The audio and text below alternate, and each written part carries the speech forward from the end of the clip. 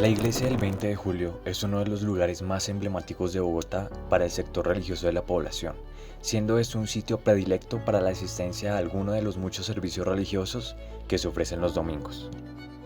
Debido a la altísima concurrencia de los fieles, este espacio religioso se ha convertido también en un espacio donde confluyen y se orquestan muchas otras prácticas sociales, las cuales pueden estar asociadas o no con la religiosidad. De estas múltiples prácticas, las que nos interesan son las relaciones económicas que se dan entre quienes asisten a la iglesia o permanecen en sus alrededores. Es evidente que la asistencia de tantas personas a la iglesia del Divino Niño ha favorecido el establecimiento de un cierto mercado a los alrededores del lugar. Allí se pueden encontrar desde materiales religiosos como son velas, velones, estampitas, rosarios, pequeñas, medianas y grandes estatuas del santo de preferencia, manuales con los rezos al Divino Niño, llaveros con la foto de todo tipo de santo y cuadros con oraciones, hasta cualquier prenda de ropa y pomadas benditas a base de marihuana, coca y otras hierbas medicinales que alivian los más terribles dolores. Así es, la variedad está a la orden del día en este lugar. Casi cualquier artículo doméstico y de uso personal se puede encontrar en alguno de los muchos puestos colocados a los alrededores de la iglesia. Los vendedores saben muy bien que los feligreses, además de ser devotos, también son buenos compradores, siendo, en su mayoría, personas de clase media alta, media baja o baja los que asisten a este lugar. Los vendedores también saben que algunas de las exhortaciones de la misa pueden aflojar el corazón y hasta el bolsillo de los oyentes, que después de asistir al sagrado servicio, pueden salir con las ganas de comprar desde una sencilla botella de agua, eso sí, bendecida con la imagen del Divino Niño, hasta una máquina para afeitar eléctrica. Por supuesto, entre más cercano a la iglesia sea el puesto donde se ofrecen estos corotos, más religioso el objeto será, y, a medida que uno se aleja del sector más próximo a la iglesia, más secular u ordinario será el objeto. Se suplen casi todas las necesidades en este mercado, se ofrecen bienes para satisfacer la demanda de alimentos de los muchos feligreses que van a la misa, hasta sin haber desayunado, y siguiendo por la carrera Quinta A, desde la plaza enfrente de la iglesia, hay personajes que llevan llamas para que los niños tengan un breve paseo en ellas y se les tome una foto para el recuerdo. Se sitúan alrededor de la iglesia algunos mendigos que piden limosna, ya sea porque tienen alguna discapacidad física, están en condición de pobreza o la edad ya les impide realizar alguna labor para ganarse el sustento.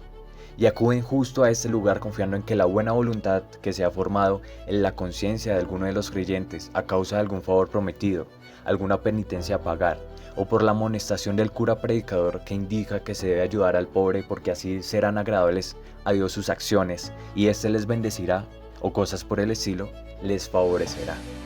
De cualquier manera, estas personas también dependen del dinero que se mueve en este espacio y que reciben en forma de limosna.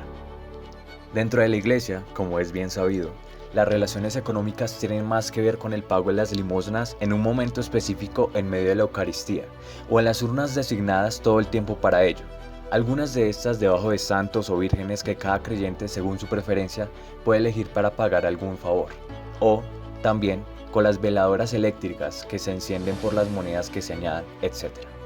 Además, dentro del espacio de la iglesia hay una fuente donde las personas pueden tirar monedas y pedir deseos, o cosas semejantes. El cementerio central es otro lugar famoso de la ciudad por ser residencia de los restos mortales de famosos personajes, desde presidentes de la República hasta grandes escritores.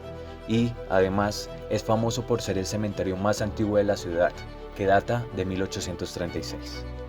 En este lugar, lleno de sepulcros y mausoleos, donde se ambientan distintas historias de ultratumba, también se gestan cierto tipo de relaciones económicas. La economía que se mueve allí, sin embargo, difiere mucho de la que está presente en el 20 de julio. Todo gira en torno a los muertos que, paradójicamente, ni estando muertos, dejan de salir caros. Al lado del cementerio central está instalada la marmolería de la 26, con una serie de lugares especializados donde se hacen las lápidas que llevarán las urnas donde las personas sepultan a sus difuntos. También hay diferentes lugares donde se pueden comprar arreglos de flores para adornar estos sepulcros o mausoleos cada vez que los familiares vayan a visitarlos. Curiosamente, adentro del cementerio hay varios puestos de supuestos curas a los que se les puede pagar una cierta suma de dinero para llevar a cabo, junto con los demás familiares, ceremonias religiosas de entierros o celebrarle algún tipo de misa personal al muerto enfrente de su tumba, tocando guitarra y cantando salmos, etc. Por otro lado, también están presentes los obreros y curadores de los mausoleos y sepulcros, a quienes se les paga por mantener presentables estos sitios. En el espacio de la iglesia hay variedad en obras de arte, muchas de las cuales cumplen una función educativa que influye en las personas que asisten al servicio religioso. Debido a que la temática de la iglesia está centrada en el Divino Niño, los diferentes vitrales y cuadros y esculturas hacen evidente la visión católica de la familia. También se muestra todo el recorrido narrado en los evangelios previo, en y posterior al nacimiento del niño Jesús.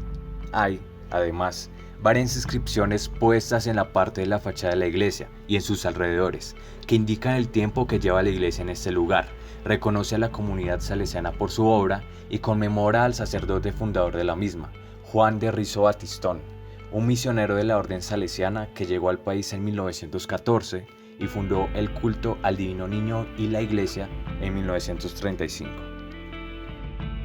Del lado del edificio donde se encuentra ubicado el Colegio Salesiano, encontramos este curioso cuadro que dice: la propiedad privada tiene una función individual y social, siendo este particularmente llamativo porque exhorta a compartir lo que se tiene para que otros puedan superar sus obstáculos y así todos juntos lleguen a la luz de Dios que resplandece, escena que se ve claramente en este cuadro.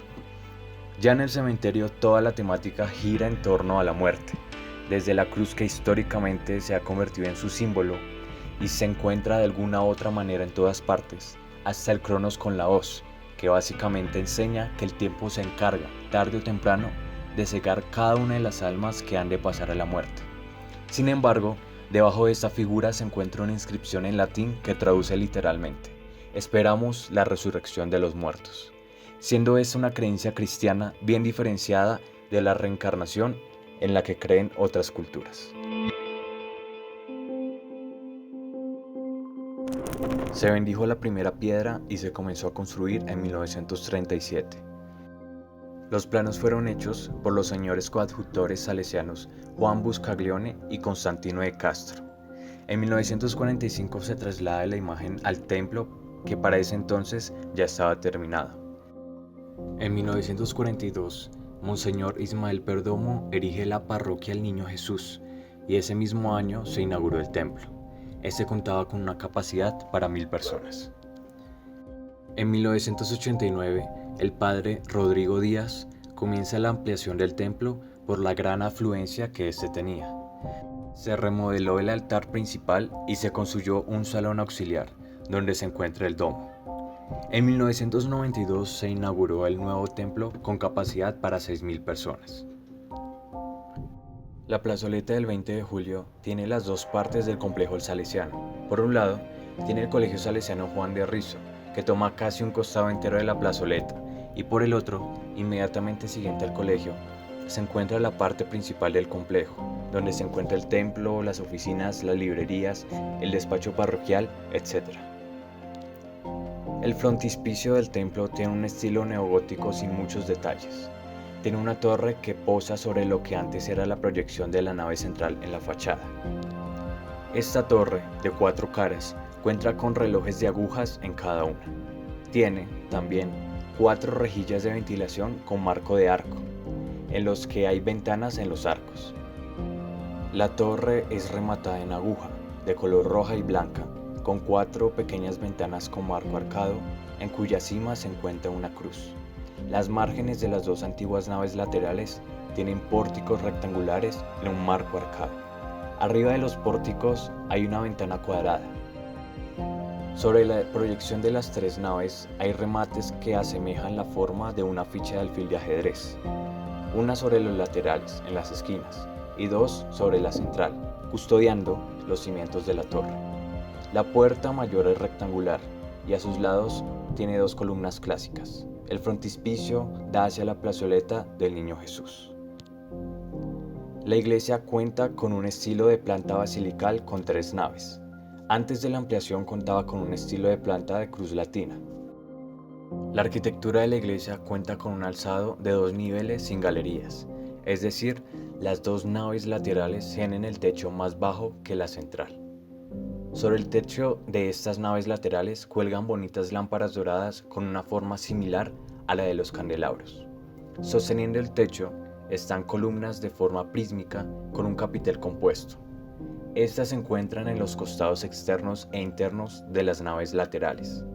En los costados internos, estas se duplican y se ponen una sobre otra alcanzando la altura del techo de la nave central. En el costado que da a la carrera quinta A se pueden ver 3 puertas dobles y una sencilla que dan a la nave izquierda del santuario. Estas tienen rosetones arriba de cada una de ellas, incluyendo la sencilla. En el costado opuesto a la carrera quinta A se ubica lo que ahora es un claustro. Este tiene 3 pisos, de los cuales los 2 primeros tienen sus pasillos que dan hacia el patio abiertos con arquerías y cuentan con columnas con capiteles compuestos. Y el tercero es totalmente cubierto y cuenta con ventanas arcadas con dovela de herradura. En el primer piso se encuentra la sala penitencial que ocupa 2 puertas de entrada. También entre los arcos hay un busto de Juan de Rizo. El patio estaba cubierto con una cúpula de cristal, pero esta fue retirada hace poco por no cumplir con los estándares antisísmicos. Para ingresar al templo en sí hay 2 puertas grandes dobles. A lo largo de los muros se pueden encontrar vitrales. Estos ilustran frases dichas por Jesucristo o episodios del Nuevo Testamento. Los vitrales se podrán encontrar en otros lugares de la construcción. También, recostados sobre los 2 muros laterales, se encuentran los confesionarios hechos con madera oscura y con columnas esquineras con capitel compuesto. En la parte interior del ábside se encuentra un Cristo crucificado. Atrás de él se encuentra una cruz recostada hecha con trapecios. Mientras tanto, el fondo está compuesto por figuras geométricas curvadas por unos lados y con esquinas en los otros. El altar mayor está elaborado en mármol. Centrado y al fondo se encuentra la sede que cuenta, en ambos lados, con 2 arreglos de flores. El sillón principal es escoltado por otros 2 secundarios a sus 2 lados. El ambón, como es costumbre, se encuentra direccionado a mano izquierda del sacerdote. El techo tiene casillas cuadriculadas, en cuyo interior se encuentran las luces que iluminan el presbiterio. El extremo oriental del santuario, es decir, la parte de atrás del altar, como es costumbre, es la de mayor diversidad. En el caso de este templo, esta parte es la más curiosa, ya que en ella se logra ver las combinaciones de estilo que tiene por las ampliaciones que ha tenido. Anteriormente, la catedral contaba con un ábside cuadrado pequeño, casi se podría decir que no contaba con uno. Pero después de la ampliación, pasó a tener un ábside semicircular. Ubicado en este ábside, detrás del presbiterio, se encuentra una especie de deambulatorio que se eleva para concluir una capilla donde se encuentra la estatuilla del Niño Jesús encerrada en una urna de cristal. La capilla se extiende hasta el final de esta especie de absidiolo con forma de semicírculo. El techo de la única nave es medio domo que está internamente pintado de color azul. Todo esto es sostenido por columnas cilíndricas simples. Y la entrada, que cuenta con 2 puertas dobles que dan hacia un patio y el otro claustro, se encuentran al final de lo que sería el templo, justo al opuesto de la entrada principal. Es el lugar donde se reúnen varios peregrinos a adorar, agradecer y pedir favores al Niño Jesús. Exteriormente se puede ver que la torre del crucero tiene una forma prísmica y los 2 lados largos están orientados hacia la entrada principal y la entrada del absidiolo. Mientras tanto, los lados pequeños están orientados hacia la carrera quinta A y el claustro mencionado anteriormente.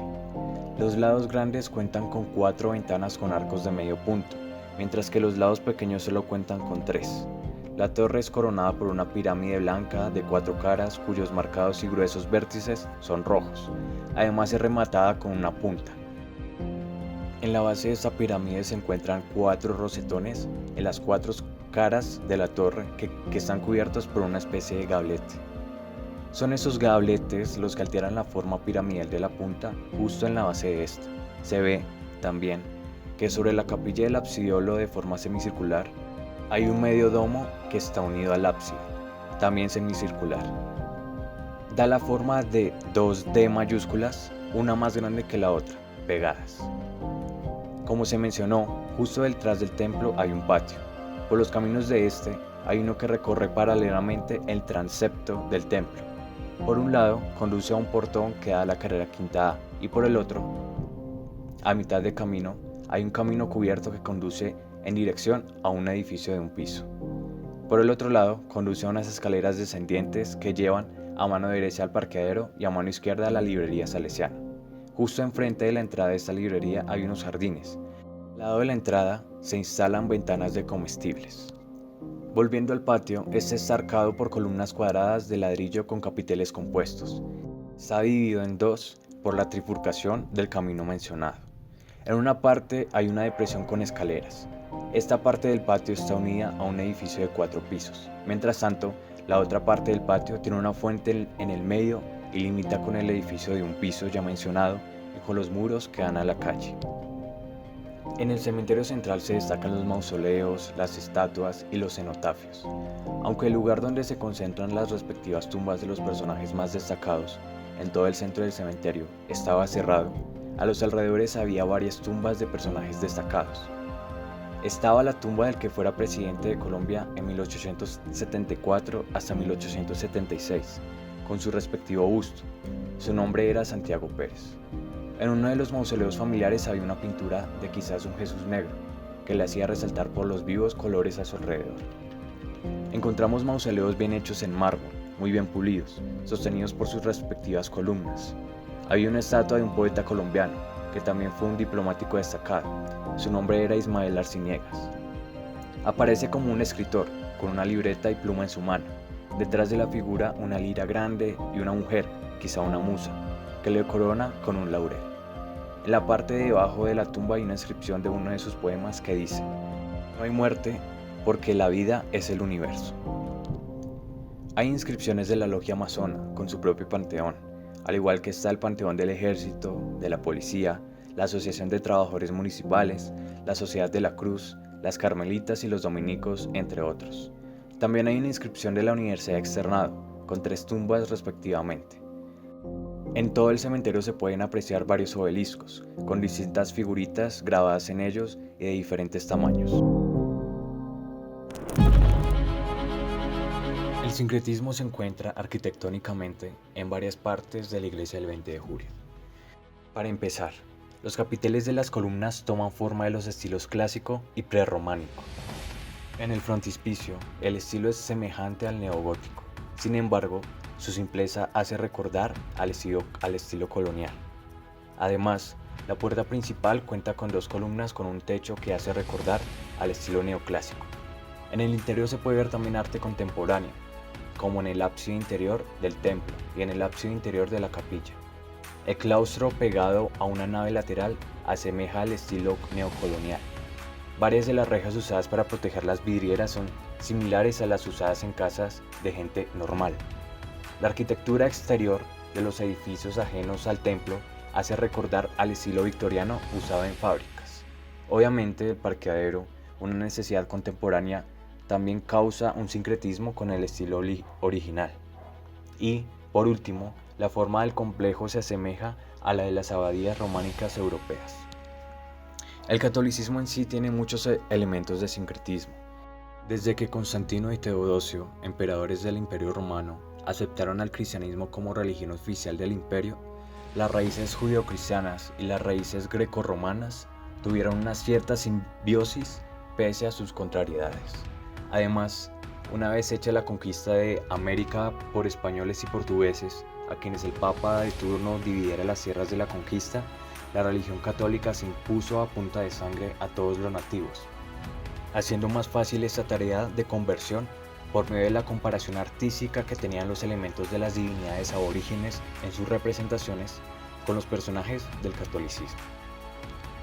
Así pues, podría decirse que casi todo está compuesto por sincretismo de la iglesia del 20 de julio, aunque eso ya no se note y sea algo común y corriente dentro de los símbolos y prácticas religiosas. Cabe destacar elementos como las figurillas amarillas de niños hechas con esperma que funcionan como velas, usadas cuando se va a presentar a un recién nacido ante un santo para consagrarlo a él. en este caso al Divino Niño. En esta práctica los padres levantan al niño en señal de reconocimiento y dejan la figurita junto al santo, pidiendo algún milagro. Prácticas como estas se pueden rastrear hasta la antigua Roma, donde el padre que reconocía a un niño como suyo legítimo, lo tomaba entre sus brazos y lo levantaba en dirección al sol, presentando a su legado. También en la pared donde se encuentran los cuadros o estatuas del Divino Niño, la Virgen o Jesús crucificado, las personas colocaban sus manos y hacían algún tipo de rezo, siendo esta una práctica no cristiana pero difundida en el cristianismo. Se puede resaltar que, además, en la pequeña capilla situada en la parte posterior de la iglesia, donde se ubica una estatua del Divino Niño, esta está rodeada por rayos, semejantes a rayos del sol, los cuales pueden asociarse con el culto a Ra, el dios del sol de la religión egipcia. Asimismo, la fuente donde se tiran monedas para pedir deseos, ubicada dentro del espacio de la iglesia, no es realmente una práctica religiosa.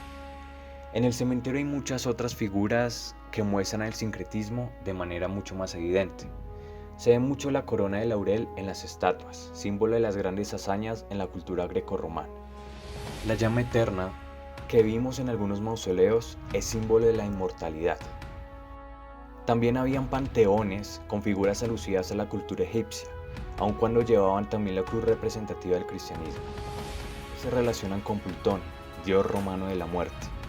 El Cronos con la hoz se relaciona con la mitología griega. Los obeliscos son símbolos del antiguo Egipto que representan los rayos petrificados de Atón, el disco solar. En materia arquitectónica también se ve reflejada la influencia grecorromana. En las lápidas de los sepulcros comunes también se pueden ver tallados hasta los escudos del equipo de fútbol de preferencia del difunto.